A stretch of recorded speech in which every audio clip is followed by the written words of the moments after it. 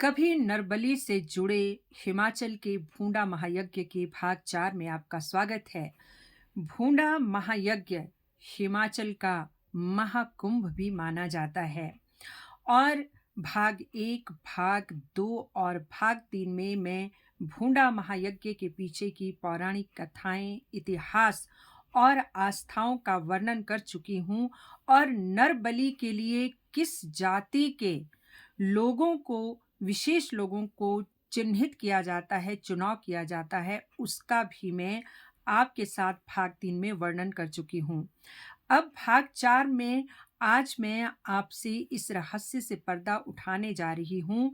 कि जो बेड़ा या जिसे नौड़ भी कहते हैं या ज्याई भी कहते हैं, जिस ये वो जाति है जिसे नरबलि के लिए भूंडा महायज्ञ में महाआहुति के लिए चुना जाता है। तो ये बेड़ा जाति के लोग इस भयंकर खाई को पार करते हैं, मौत की घाटी को पार करते हैं और इसे महाआहुति का नाम भी दिया जाता है और साथ ही इस घाटी को आस्था की घाटी भी कहा जाता है। तो इस बार रोहड़ू के स्पेल वैली के दलगांव में जो भूंडा महायज्ञ हुआ, उसमें जो बेड़ा थे, वो बेड़ा सूरत राम जी थे और सूरत राम जी भूंडा महायज्ञ में 9वीं बार, इस बार उन्होंने 9वीं बार अपनी महाआहुति में जो है अपना योगदान दिया, जिसे कि लाखों लोगों ने रोहड़ू की स्पेल घाटी में दिल थाम कर देखा और इसमें जो सूरत राम जी हैं वो 9वीं बार भी बड़ी सफलतापूर्वक मौत की खाई को पार कर गए, जिससे कि सबके बीच में प्रसन्नता का माहौल था। लेकिन इस बार ऐसा भी हुआ कि जो बलौतर, जो कि मुंजा घास की जो रस्सी बनी होती है जिस पे लटक कर सूरत राम जी को उस आस्था की खाई को पार करना था, वो रस्सी पहले टूट गई थी, जिसे कि अपशगुन माना जाता है। लेकिन बाद में उस रस्सी को फिर ठीक किया गया और 100 मीटर की खाई की दूरी ही इस बार पाटी गई, क्योंकि रस्सी पहले टूट गई थी। अब बात करूंगी इस रस्सी की कि इस रस्सी पे जो बेड़ा बैठता है उसे कह बहुत सारी जगह अखरोट की काठी बनाई जाती है जिस पे बिठाया जाता है और बेड़े के पाँव में कुछ रेत के छोटे-छोटे बोरे बांध दिए जाते हैं, ताकि उसका संतुलन बना रहे जब वो आस्था की खाई को पार करते हैं और उसे एक फिरनी से बांधा जाता है। वो रस्सी जो है,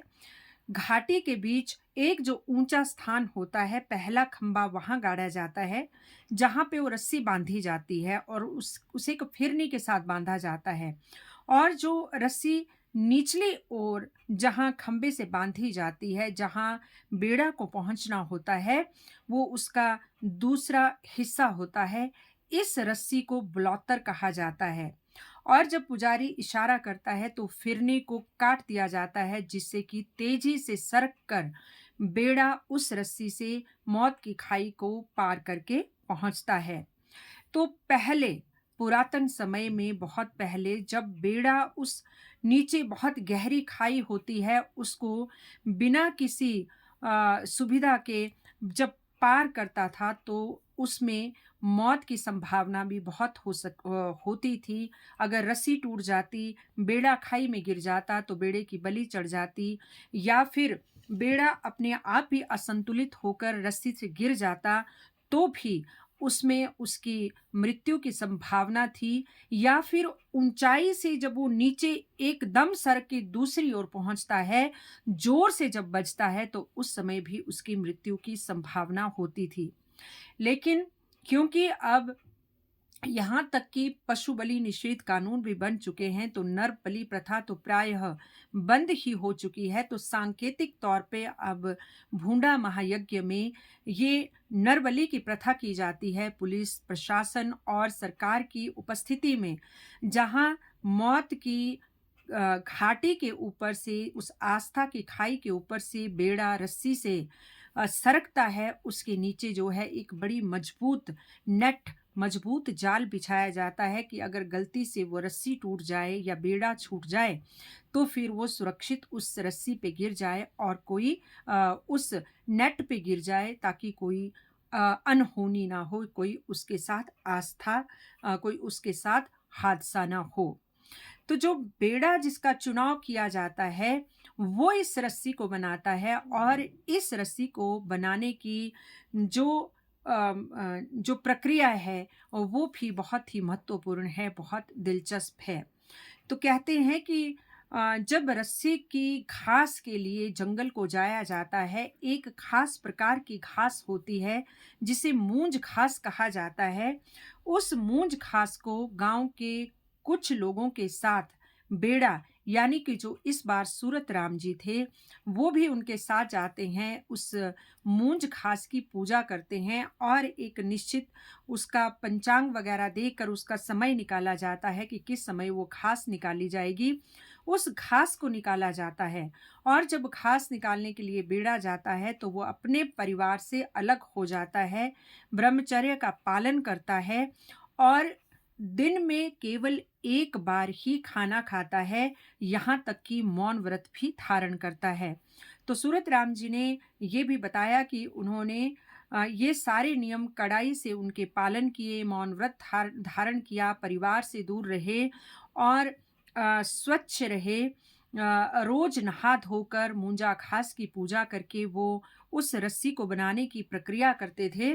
और इसी के साथ 24 घंटे में एक बार ही सूरत राम जी, जो कि बेड़ा थे, इस बार भूंडा महायज्ञ में एक बार ही खाना खाया करते थे। और कई जगह पर बेड़ा को, जो उस मौत की घाटी की पार करने के लिए जिस रस्सी को बनाते हैं, उनको एक बिल्ली भी दी जाती थी,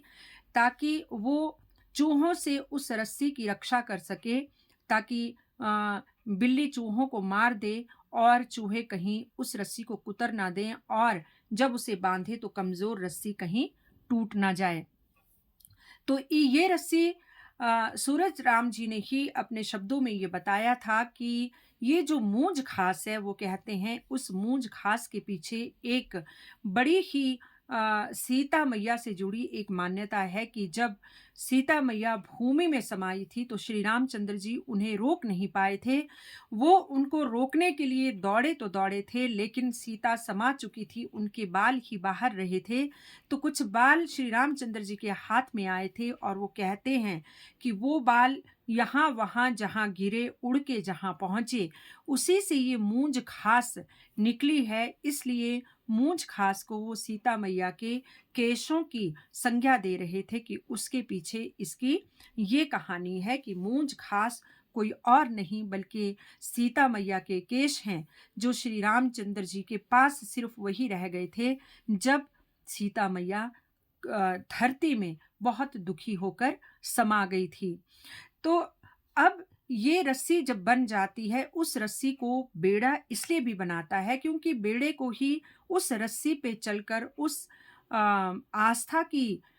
खाई को पार करना होता है, मौत की घाटी को पार करना होता है, महा आहुति देनी होती है। इसलिए वो स्वयं बनाते हैं, अपनी निगरानी में बनाते हैं। और सूरत राम जी ने ये भी कहा कि मुझे कोई भय नहीं, क्योंकि ये जो रस्सी है मेरी खुद की बनाई हुई है। और ये भी कह रहे थे कि मैं बहुत भाग्यशाली हूँ कि मैं 9वीं बार अपने देवता की गोदी में बैठ रहा हूँ, क्योंकि बेड़ा को जब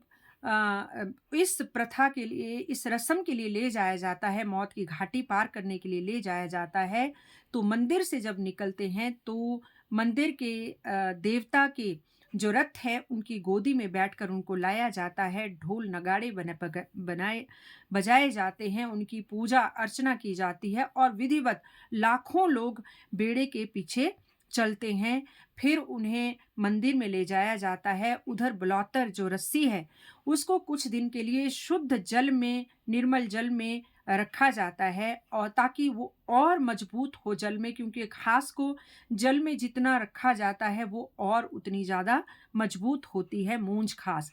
तो उसके बाद जब उस रस्सी को, ये रस्सी जो बनती है वो 6 इंच मोटी होती है, और 400-500 मीटर की रस्सी बनाई जाती है। तो इस रस्सी को फिर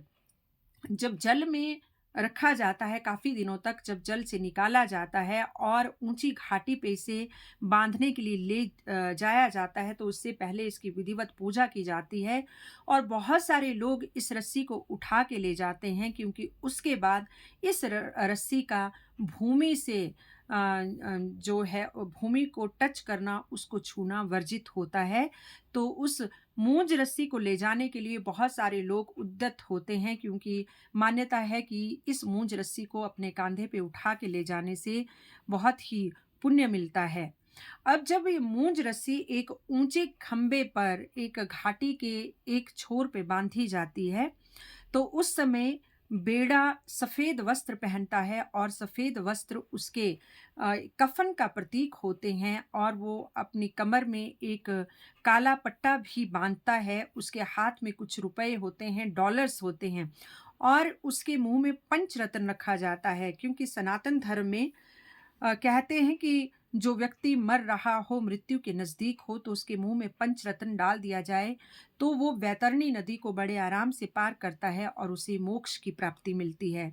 तो क्योंकि बेड़ा को नरबलि का प्रतीक माना जाता है, तो उसके मुंह में पहले ही पंचरत्न डाल दिया जाता है।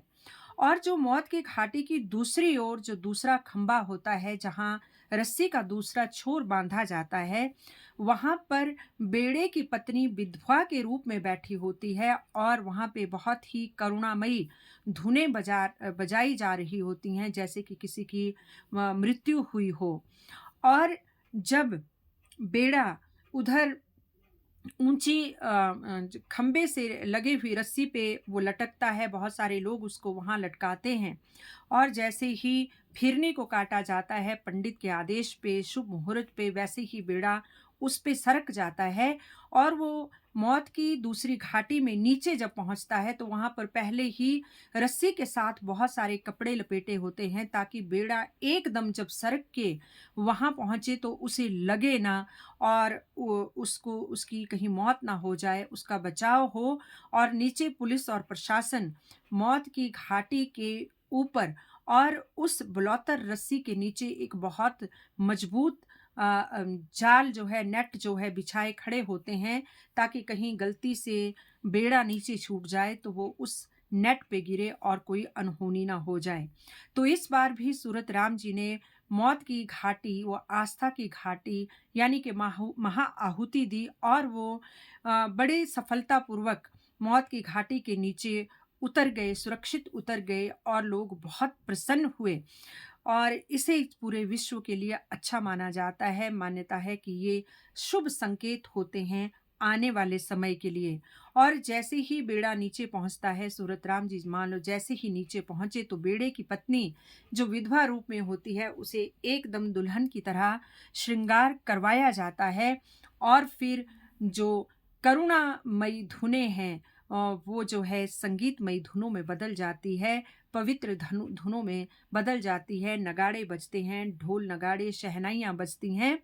और फिर जो बेड़ा होता है, जैसे सूरत राम जी थे, उनको लोग अपने कांधे पे उठाकर फिर दोबारा ले चलते हैं मंदिर की ओर। और बेड़े के मुंह में जो पंचरत्न होता है, मान्यता है कि उस पंचरत्न को लेने के लिए बहुत से लोग लालायित रहते हैं, और जिसके पास वो पंचरत्न जाता है, वो अपने आप को बड़ा सौभाग्यशाली समझता है। यही नहीं, बेड़ा जो मौत की घाटी पार करती बार, आस्था की खाई पार करती बार, जो डॉलर्स या पैसे जो इधर उधर फेंकता है, तो उसको लेने के लिए बहुत सारे लोग आगे घुमड़ते हैं, क्योंकि कहते हैं जिनके पास वो पहुंचता है उनके लिए वो बड़ा शुभ होता है। तो इस तरह से इस बार भी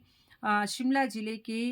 रोहड़ू के स्पेल वैली के दल गांव में जो भूंडा महायज्ञ हुआ, उसमें सूरत राम जी कहते हैं कि मैं जब 21 साल का था, जब मैं पहली बार महाआहुति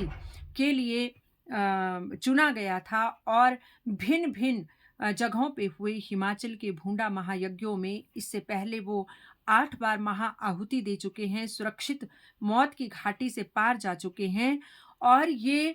बेशक 9वीं बार था, लेकिन स्पेल वैली के दल गांव में ये उनके लिए दूसरा मौका था। और वो कहते हैं कि ऐसा कोई ही सौभाग्यशाली बेड़ा होता है जिसे एक ही जगह पे दोबारा महाआहुति के लिए चुना जाता है और रोहडू के स्पेल वैली के दल गांव में पहले 1985 में भूंडा महायज्ञ हुआ था और अब 2025 में ये भूंडा महायज्ञ हुआ, यानी कि 40 वर्षों के बाद हुआ, जिसमें कहते हैं लगभग 100 करोड़ रुपए का खर्च आया। 4-5 लोग इस आस्था के स्पेल वैली में इकट्ठे हुए थे। सबने दिल थाम कर इस आस्था के उत्सव में भाग लिया और देवी देवताओं की पूजा की। कहते हैं यहाँ 3 परशुराम आए थे, 3 देवता थे। तो भूंडा जो महायज्ञ है हिमाचल के भिन्न भिन्न जगहों पे होता है, कुल्लू में, मंडी में, शिमला के अपर इलाकों में। तो किस जगह भूंडा महायज्ञ आगे होना होता है उसके लिए एक प्रक्रिया है। कहते हैं कि देवता लोग होते हैं उनके बीच में एक क्रीड़ा होती है और जो देवता इस क्रीड़ा में जीत जाता है तो उसी के संरक्षण में जो है अगला भूंडा महायज्ञ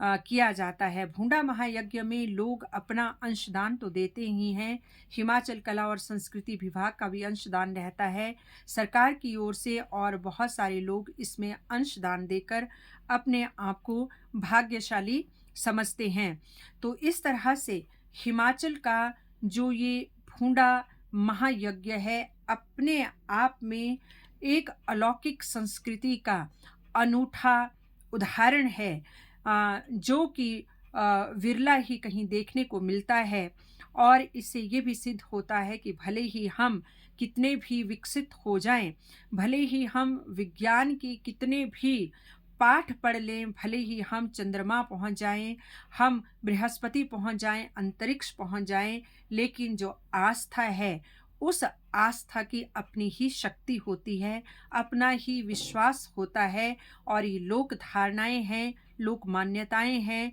लोक संस्कृति है, जिससे कि आज का लोक मानुष जो है आज भी अपने धरातल से जुड़ा है और स्वयं को पहचानता है और आगे वाली पीढ़ियों को भी अपनी संस्कृति से अवगत करवाता है। तो आज के लिए बस इतना ही। भूंडा महायज्ञ में 4-5 प्रक्रियाएं होती हैं, जो मैं भूंडा महायज्ञ के भाग 5 और जो अंतिम भाग होगा उसमें मैं आपको बताऊंगी। तो बने रहिएगा। भूंडा महायज्ञ का भाग 1, 2, 3 और 4 मेरे YouTube चैनल पे देखिएगा जरूर, सब्सक्राइब जरूर कीजिएगा, लाइक जरूर कीजिएगा और हिमाचल की, भारत की, सनातन धर्म की इसी तरह की जानकारियां लेने के लिए सब्सक्राइब कीजिए। नमस्कार। जय हिमाचल, जय देवभूमि, जय सनातन।